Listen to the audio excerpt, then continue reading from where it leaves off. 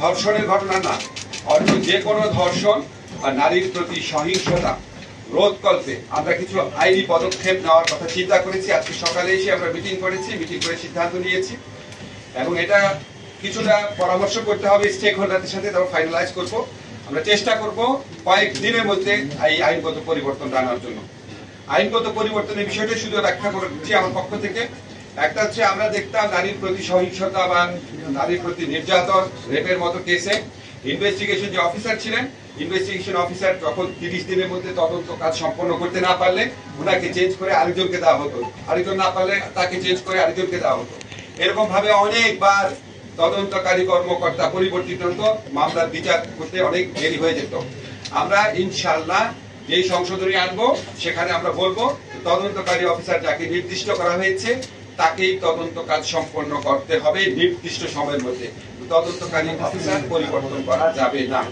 এবং এই যে তদন্তের সময় সেটাও আমরা অর্ধেক করে দিচ্ছি। আগে ছিল 30 দিন, এখন আমরা 15 দিন করে দিচ্ছি। বিচারের জন্য আগে সময় ছিল যেটা, সেটা আমরা অর্ধেক করে দিচ্ছি। 90 দিনের মধ্যে ধর্ষণের মামলায় 90 দিনের মধ্যে বিচার করতে হবে। ধর্ষণের মামলা 15 দিনের মধ্যে তদন্ত কাজ শেষ করতে হবে। এবং ধর্ষণের মামলা যদি 90 দিনের মধ্যে বিচার সম্পন্ন নাও হয়, এই অজুহাতে কাউকে জামিন দেওয়া যাবে না। আগে ছিল 180 দিনের মধ্যে বিচার না হলে জামিন দেওয়া যেত এই গ্রাউন্ডে, এখন কোনো জামিন দেওয়া হবে না ধর্ষণের মামলার ক্ষেত্রে। এছাড়া আমরা ধর্ষণের মামলার ক্ষেত্রে বিচারের ক্ষেত্রে যদি কোনো রকম গাফলতি থাকে তার ব্যাপারে ডিপার্টমেন্টাল অ্যাকশন নেওয়ার পদক্ষেপ সুনির্দিষ্ট বিধান আমরা আইনে সংযোজন করব। এছাড়া আমরা ধর্ষণের মামলার ক্ষেত্রে একটা সমস্যা হতো যে আপনারা জানেন যে ডিএনএ সার্টিফিকেট লাগতো। আমাদের দেশে সমস্ত অঞ্চলে ডিএনএ সার্টিফিকেট নেওয়ার সিস্টেম নাই, সুবিধাটা নাই। ফলে এই ডিএনএ সার্টিফিকেট নেওয়ার জন্য শুধু যে ভিকটিম তার না, অ্যাকিউজ যে পারসন আসামি তারও ডিএনএ একটা ফরেনসিক রিপোর্ট লাগতো। এই ডিএনএ ফরেনসিক রিপোর্ট করার সুযোগ সুবিধা অত্যন্ত অপ্রতুল। এই জন্য ধর্ষণের মামলার বিচার অনেক দেরি হয়ে যেত।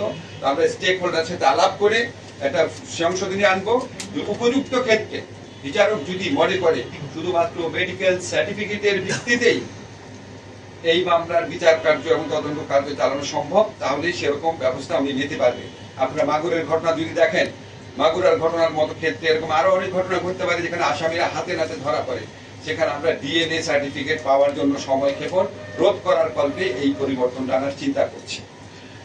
আরেকটা হচ্ছে আমাদের সরকারের পক্ষ থেকে সমস্ত ডিস্ট্রিক্টে ডিএনএ ফরেনসিক ল্যাবরেটরি স্থাপন করার জন্য অচিরেই ব্যবস্থা নেওয়া হবে, পদক্ষেপ নেওয়া হবে।